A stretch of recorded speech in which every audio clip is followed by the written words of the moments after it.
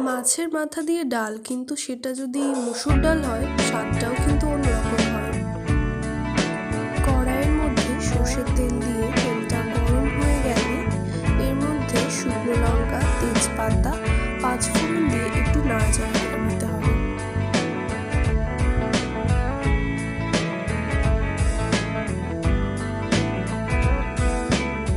এরপর এর মধ্যে পেঁয়াজ কুচি, টমেটো কুচি, আদা রসুন বাটা, স্বাদ মতো লবণ, কাঁচা লঙ্কা, জিরের গুঁড়ো, ধনের গুঁড়ো দিয়ে ভালোভাবে মশলাটাকে কষিয়ে নিতে হবে।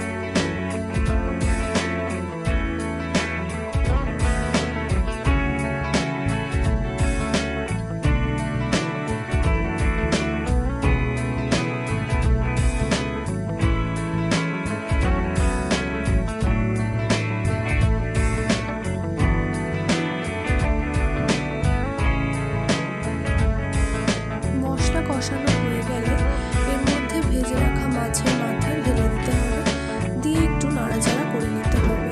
এখানে ভেটকি মাছের মাথা